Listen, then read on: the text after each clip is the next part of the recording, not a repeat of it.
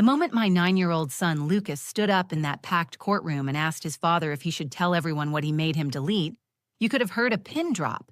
Every person in that room turned to look at this small boy who had just shattered the carefully constructed lies his own father had been telling for months. I'm Sophia Reed, and I thought I understood how brutal custody battles could get. I'd prepared myself for character assassination, for twisted truths, for expensive lawyers twisting every word I'd ever said. What I never expected was for my own child to become the star witness in exposing a deception that went deeper than I could have imagined. For 2 years, I'd been fighting my ex-husband Ryan Blake for custody of Lucas. Ryan is a construction supervisor who knows how to manage people, how to present the right image when it matters. He's charming when he needs to be, authoritative when it serves him, and he's never met a situation he couldn't control. His mother, Carol, has been his biggest supporter throughout this entire process, convinced that I'm nothing more than a vindictive ex-wife trying to steal her grandson away from their family. Lucas is caught in the middle of all this. He's 9 years old, loves soccer and video games, and has the kind of honest heart that makes him terrible at keeping secrets. He adores his father despite everything, which made this whole situation so much more complicated. Lucas never wanted to choose sides, never wanted to hurt anyone, and definitely never wanted to be standing in a courtroom about to reveal something that would change our lives forever. Judge Helen Carter has been overseeing family court cases for 15 years. She's seen every trick, every manipulation, every desperate parent trying to gain an advantage. She runs her courtroom with fairness but no tolerance for games, and she has a particular gift for seeing through the performances that desperate parents put on when they're fighting for their children. But what happened that day wasn't a performance. When Lucas found the courage to speak up, he wasn't trying to hurt his father or help me win. He was simply a child who had been carrying a burden too heavy for his small shoulders, and he finally found a safe space to put it down. The question he asked his father in front of that judge, his grandmother, the lawyers, and a room full of strangers would expose a web of manipulation that none of us saw coming. This isn't just another story about a messy divorce or a bitter custody fight. This is about what happens when a child finds his voice at exactly the moment when the adults around him have lost theirs. This is about the moment when truth cuts through lies so clearly that even a room full of legal professionals stops breathing. And this is about discovering that sometimes the person you need to trust most is the one who still believes that honesty matters, even when the grown-ups have forgotten. What my son said next would not only change the outcome of our custody case, but it would reveal a side of his father that I never knew existed. It would show me that children see and understand far more than we give them credit for, and that protecting them sometimes means giving them the space to protect themselves. 2 years before that courtroom moment, I believed I was married to a good man. Ryan Blake swept me off my feet during my late 20s with his confidence and devotion to family. He was the kind of guy who remembered anniversaries, who showed up to every one of Lucas's Little League games, who talked about building a future together with the kind of certainty that made me feel safe. When he proposed on the beach in Malibu, I genuinely thought I'd found my person. The first few years of our marriage felt like everything I'd hoped for. Ryan worked hard at his construction job, often pulling overtime to make sure we could afford the house we wanted in a good school district.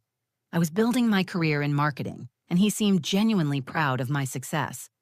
When Lucas was born, Ryan transformed into the kind of father I'd dreamed of for my child. He would get up for night feedings without complaint, spent hours teaching Lucas to throw a baseball, and bragged about our son to anyone who would listen. But somewhere around year 6 of our marriage, small cracks began to show. Ryan started questioning my work schedule more frequently, making comments about how much time I spent on client calls or working late. He began monitoring our finances more closely, asking detailed questions about every purchase I made. When I got promoted to senior marketing coordinator, his congratulations felt forced, followed by concerns about how the new responsibilities might affect our family time. The controlling behavior escalated gradually. Ryan started insisting on knowing exactly where I was at all times, texting me throughout the day asking for updates. He would check the mileage on my car and question any discrepancies. He began making decisions about Lucas's schedule without consulting me, signing him up for activities or arranging playdates without asking my opinion. When I confronted him about these changes, Ryan would turn it back on me, claiming I was being oversensitive or that he was just trying to be a more involved husband and father. The breaking point came during Lucas's 7th birthday party. I had planned a small celebration with family and a few of his friends from school. Ryan invited his coworkers and their families without telling me, then criticized me in front of everyone for not having enough food prepared. When I pulled him aside to discuss it privately, he accused me of trying to embarrass him and suggested that my inability to handle unexpected guests showed how selfish I'd become. That night, after everyone had gone home, I realized I was walking on eggshells in my own house. The divorce process began civilly enough. Ryan seemed to accept that our marriage was over, and we both agreed that Lucas's well-being was our top priority. I made it clear that I wanted Lucas to maintain a strong relationship with his father, despite our personal problems.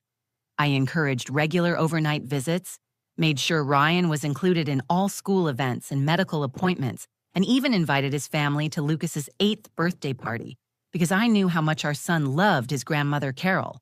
But after a few months of shared custody arrangements, I started noticing changes in Lucas that concerned me.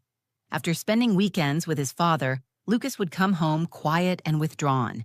He used to chatter endlessly about his adventures, but now he would give me one-word answers when I asked about his time with Ryan. I found him crying in his room one evening after a visit, and when I asked what was wrong, he said he felt confused about things but couldn't explain what he meant. Lucas also became secretive about his phone and tablet usage. Previously, he had been open about the games he played and videos he watched, often wanting to share funny clips with me. Now he would quickly close apps when I walked into the room and seemed anxious when I asked to see what he was doing online. When I mentioned this to Ryan during one of our custody exchanges, he dismissed my concerns as overthinking and suggested that Lucas was just growing up and wanting more privacy. The financial strain of legal fees was crushing. My lawyer bills were already in the thousands, and we hadn't even reached the formal custody hearing yet. I was working extra hours to cover the costs while trying to maintain some sense of normalcy for Lucas. Sleep became elusive as I lay awake worrying about how this process was affecting my son, and wondering if I was doing the right thing by fighting for primary custody. Ryan's family rallied around him completely. Carol Blake had never been particularly warm toward me during our marriage, but now she was openly hostile. She would make cutting remarks during custody exchanges and had started sending Lucas home with gifts and treats, making comments about how much more fun he had at their house. I felt like I was fighting not just Ryan, but his entire support system. As we approached the custody hearing, I realized I was about to face the fight of my life against people who had decided I was the enemy of their family's happiness. The morning of the custody hearing, I woke up at 5 a.m. with my heart already racing. I had laid out my clothes the night before, choosing a conservative navy blue dress that I hoped would convey stability and respectability. As I got Lucas ready for school, I tried to act normal, making his favorite breakfast and asking about his upcoming math test. He seemed quieter than usual, giving me long looks that felt like he wanted to say something important, but couldn't find the words. Walking into the courthouse felt like entering enemy territory. Ryan's family had arrived early and claimed an entire row of benches. Carol Blake sat in the center, flanked by Ryan's sister Jennifer and his uncle Mark, all of them dressed in their Sunday best and wearing expressions of righteous indignation. When I walked past with my attorney, Carol made a point of whispering something to Jennifer that made them both shake their heads in disapproval. The message was clear. I was the villain in their family story. My attorney, Sarah Martinez, had prepared me for what was coming, but hearing it in person felt like being punched in the stomach repeatedly. When Carol took the stand, she transformed into the picture of a concerned grandmother who had watched her son's marriage crumble due to his wife's selfishness and vindictive nature. Your Honor, Sophia has used that precious child as a weapon against my son from the moment she filed for divorce, Carol testified, her voice trembling with practiced emotion. She schedules Lucas's activities deliberately to conflict with Ryan's visitation time. She asks leading questions about what happens at our house, trying to get Lucas to say something negative about his father. My son is a devoted father who coached Lucas's soccer team for 3 years, who never missed a school play or parent-teacher conference. But Sophia can't stand that Lucas loves his father. so she's determined to destroy that relationship. Carol went on to describe incidents that sounded plausible, but felt twisted. She claimed I had forbidden Lucas from calling Ryan during the week, when in reality I had encouraged daily phone calls that Ryan rarely made. She said I badmouthed Ryan in front of Lucas, which was absolutely untrue, but she delivered it with such conviction that I could see the judge taking notes. The worst part was watching Carol's performance, knowing that she genuinely believed every word she was saying because Ryan had been feeding her a carefully constructed version of events for months. When Ryan took the stand, I barely recognized the man I had been married to for 8 years. Gone was the confident, sometimes arrogant construction supervisor I knew. In his place was a heartbroken father who just wanted to love his son without interference from his bitter ex-wife. "Your Honor, I don't understand what happened to the woman I married," Ryan said, his voice breaking at just the right moments. "Sophia used to encourage my relationship with Lucas. She used to say what a great father I was. But the moment I couldn't give her everything she wanted in our marriage, she turned our son against me. Lucas used to run to me when I picked him up for weekends. Now he barely looks at me when I arrive. He used to tell me about his day, ask me questions, want to play catch in the backyard. Now he sits in his room with his tablet, barely speaking to me." Ryan painted a picture of himself as the victim of parental alienation, claiming that I had systematically brainwashed Lucas against him.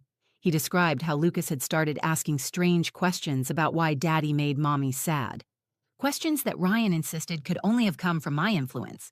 He told the court that Lucas had become anxious and withdrawn during visits, behavior that Ryan attributed to the stress I was putting on our son by making him feel guilty for loving his father.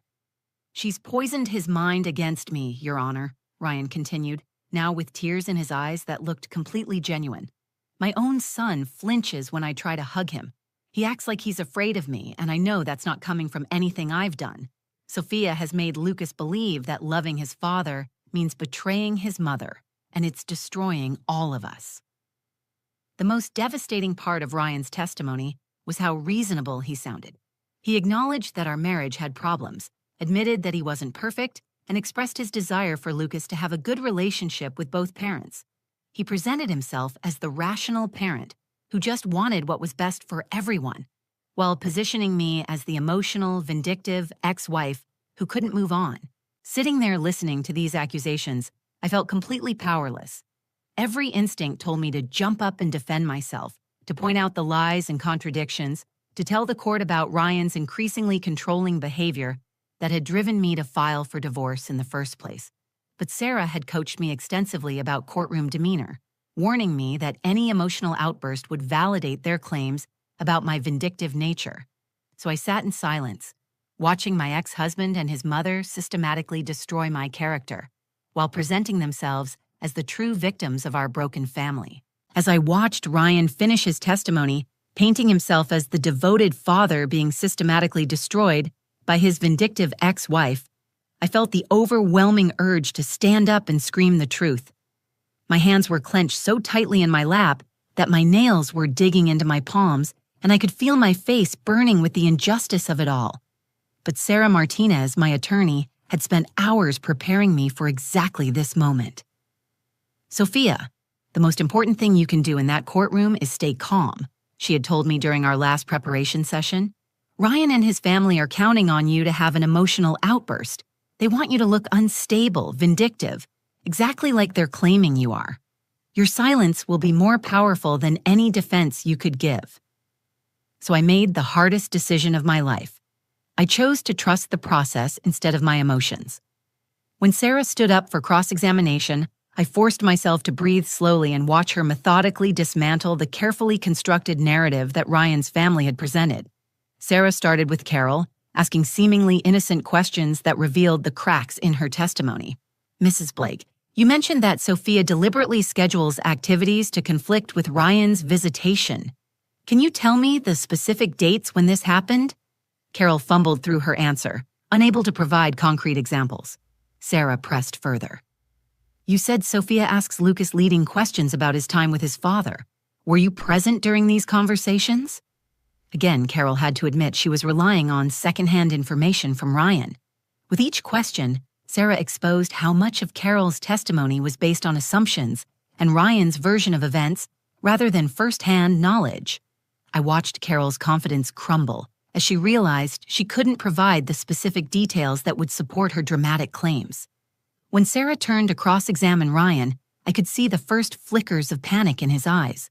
She started with his parenting schedule, asking him to describe Lucas's daily routine, his favorite foods, his current teachers' names, his best friends at school. Ryan's answers were vague and often incorrect. When asked about Lucas's recent anxiety issues, Ryan claimed they started after the divorce proceedings began. But Sarah produced school counselor reports showing Lucas had been struggling with anxiety for over a year, well before I filed for divorce. Mr. Blake, you testified that Lucas used to run to you during pickups but now barely acknowledges you. Can you describe the last conversation you had with your son that wasn't about the custody case or his mother? Ryan paused, clearly struggling to think of an example. His confident facade was beginning to crack. Sarah then asked about his living situation, his work schedule, and his social life since the separation. Ryan became defensive when questioned about the consistency of his parenting time and whether he had ever canceled visits with Lucas for personal reasons. I could see him getting agitated, his voice rising slightly as Sarah pressed him about specific incidents he had claimed never happened. It was during this tense cross-examination that I noticed Lucas in the gallery. My son had been sitting quietly with my mother throughout the proceedings, and I had assumed he was distracted or maybe even bored by the legal proceedings. But as I glanced back at him, I realized he was paying intense attention to every word his father was saying. Lucas's body language told a story that broke my heart. His shoulders were rigid with tension, his hands were fidgeting with the hem of his shirt, and his face showed the kind of internal struggle I had learned to recognize over the past few months. These were the same signs I had seen after difficult visits with his father, the same expressions that appeared when Lucas wanted to tell me something, but felt he couldn't. I caught Lucas's eye, and for a moment, we just looked at each other across that courtroom. In his face, I saw a 9-year-old boy who was tired of carrying secrets, tired of being caught between the adults in his life, and tired of watching his father say things that didn't match the reality Lucas had experienced. That's when I made my second crucial decision of the day. Instead of continuing to shield Lucas from this adult conflict, I realized that maybe it was time to trust my son's judgment and his ability to speak his own truth. I turned to Sarah and gave her a small nod, a signal we had discussed in case Lucas needed to be heard during the proceedings. Sarah understood immediately. She wrapped up her cross-examination of Ryan and approached the bench to speak quietly with Judge Carter. I watched as they had a brief conversation, during which the judge looked over at Lucas with the kind of careful attention she gave to important evidence. Judge Carter nodded to Sarah, then addressed the courtroom. I'd like to hear from Lucas, if he has something he'd like to share with the court. The moment I had been dreading and hoping for in equal measure had finally arrived. The courtroom fell completely silent as Judge Carter asked Lucas to approach the bench. I watched my 9-year-old son walk down that long aisle, his small frame dwarfed by the imposing legal setting around him. Every eye in the room was on him, but Lucas kept his gaze fixed straight ahead, showing a courage that amazed me. Judge Carter spoke to him gently, explaining that he could say whatever he needed to say and that no one would be upset with him for telling the truth. Lucas nodded solemnly, then turned to look directly at his father. What happened next will be burned into my memory forever. Dad, Lucas said, his voice clear and steady despite his young age. Should I tell them what you made me delete from my tablet? The change in Ryan was instantaneous and dramatic. All the color drained from his face, and I watched him go from confident to terrified in the span of a single heartbeat. His mouth opened and closed like he was trying to speak, but no words came out. The carefully constructed image of the devoted father crumbled in real time as everyone in that courtroom realized a 9-year-old was about to expose something significant. Judge Carter leaned forward with the intense focus I had seen her use when examining crucial evidence. Lucas, can you tell me more about what you had to delete? My son took a deep breath, the kind adults take when they're about to do something difficult but necessary. Dad made me delete text messages after our last visit. He said Mom didn't need to know about our private conversations. But they weren't regular conversations. like asking about homework or what I wanted for dinner. Lucas explained that Ryan had been asking him detailed questions about my daily routines, my work schedule, who I talked to on the phone, and whether I had been dating anyone. Ryan would have Lucas text him updates throughout the week about what I was doing, where we went, and what I said about the custody case. When Lucas would visit on weekends, Ryan would go through these messages with him and make him delete anything that might make Ryan look bad if I ever saw the phone. He also made me delete pictures, Lucas continued, his voice getting stronger as he spoke. Dad had different ladies over when I was there, and he said if Mom found out about his friends, she would try to make the judge think bad things about him. So I had to delete the pictures from when we all watched movies together or when they made breakfast with us. The revelation hit the courtroom like a bomb. Ryan had been using our son as a spy while simultaneously exposing him to a parade of overnight guests that he had specifically hidden from the court. Judge Carter's expression shifted from professional interest to barely contained anger as she processed what Lucas was telling her. Ryan's attorney jumped up, trying to object or minimize the damage, but Judge Carter silenced him with a look that could have frozen fire. She immediately requested that the bailiffs secure both parents' phones and tablets for forensic examination, and demanded any available security footage from Ryan's apartment building for the dates in question. That's when Ryan completely fell apart. Faced with the prospect of digital evidence that would corroborate Lucas's testimony, he broke down entirely. Through tears and desperate explanations, he admitted to coaching Lucas on what information to gather about me. He confessed to having Lucas delete evidence of their inappropriate conversations about the custody case. Most damaging of all, he acknowledged that he had been bringing different women to his apartment during Lucas's visits while telling the court he was providing a stable, consistent environment for our son. I just wanted to make sure Sophia wasn't trying to turn him against me. Ryan sobbed, his composure completely gone. I needed to know what she was saying about me, what she was planning. I never meant to hurt Lucas. I was just trying to protect my relationship with my son. But the damage was irreversible. Judge Carter's face showed a mixture of disgust and disappointment as she realized that Ryan had turned a 9-year-old child into an unwilling accomplice in his deception. The security footage, when it arrived an hour later, confirmed Lucas's account. The video showed Ryan bringing at least 3 different women to his apartment during custody visits, directly contradicting his testimony about focusing solely on his relationship with Lucas during their time together. Carol Blake sat in stunned silence as her son's lies unraveled in front of everyone. The grandmother, who had painted me as vindictive and manipulative, was now watching her own son admit to manipulating their grandson in ways that were far worse than anything she had accused me of doing. Lucas stood there through it all, no longer the confused, anxious child who had been carrying these secrets for months. He had found his voice at exactly the moment when the truth needed to be heard, and his courage had exposed a web of deception that none of the adults in his life had suspected. Judge Carter didn't need to deliberate for long. After reviewing the digital evidence and security footage, she awarded me primary custody of Lucas, with Ryan receiving only supervised visitation until he completed a court-mandated parenting program and psychological evaluation. The judge made it clear that using a child as an informant and exposing him to a revolving door of overnight guests showed a fundamental lack of judgment that put Lucas's well-being at risk. The legal consequences extended beyond just the custody arrangement. Carol Blake faced perjury charges for her testimony, which had been proven false by the evidence Lucas provided. Ryan's manipulation of our son and his attempts to coach Lucas on what to report back to him violated multiple court orders about appropriate parental conduct during custody proceedings. The judge referred the case to Child Protective Services for additional investigation, though ultimately no further action was taken since Lucas was now in a stable environment. The immediate aftermath was emotionally complex for all of us.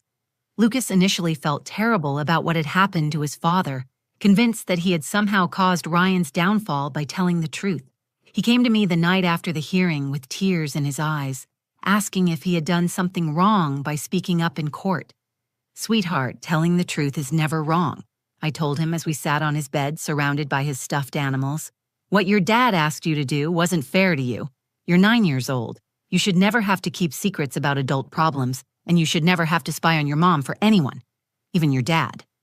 We started family therapy immediately, which helped Lucas process the guilt and confusion he felt about his father's behavior. Dr. Rebecca Stone, our therapist, explained to Lucas that children aren't responsible for their parents' choices, and that speaking up when something feels wrong is actually very brave. Through these sessions, Lucas learned that the uncomfortable feelings he had been experiencing during visits with his father were his instincts telling him that something wasn't right. The healing process took months, but gradually I watched my son return to the happy, talkative child he had been before the custody battle began.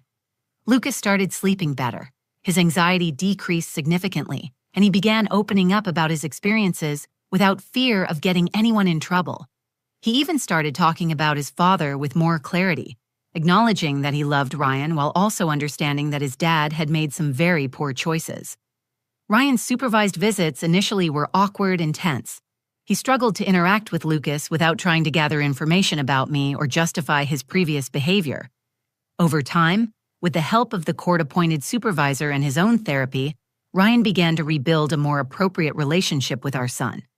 It took nearly a year, but eventually Ryan was able to progress to unsupervised visits, though he never regained overnight privileges. The most profound lesson I learned from this experience was about trusting children's instincts and voices. For months, I had noticed changes in Lucas's behavior, but had attributed them to the stress of divorce rather than recognizing them as signs that something specific was wrong.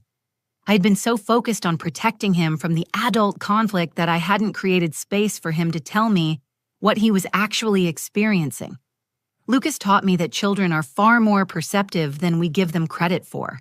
He had recognized that his father's requests were inappropriate, but he didn't have the language or confidence to express his discomfort until he was in an environment where truth-telling was not only safe, but necessary. That courtroom became the place where a 9-year-old found his voice and used it to protect himself when the adults around him had failed to do so. The experience also showed me the importance of staying calm and trusting the process, even when everything inside you wants to fight back emotionally. If I had lost my composure during Ryan's testimony, if I had tried to defend myself against his lies, I would have validated their claims about my vindictive nature. By staying quiet and letting the truth emerge naturally, I allowed Lucas the space to speak when he was ready. Today, Lucas is thriving. He's back to his old self, chattering about school and friends, excited about soccer season, and no longer carrying the weight of adult secrets. He has a healthy relationship with his father within appropriate boundaries, and he knows that his voice matters in our family. Most importantly, he learned that telling the truth, even when it's difficult, is always the right choice. If this story resonates with you, if you've been through a custody battle or know someone who has, please share this video. Your comments about your own experiences help create a community where parents and children can find support during difficult times. And if you want to hear more real stories about overcoming family challenges, subscribe to this channel. Sometimes the most powerful lessons come from the smallest voices, and Lucas's courage to speak up changed everything for our family.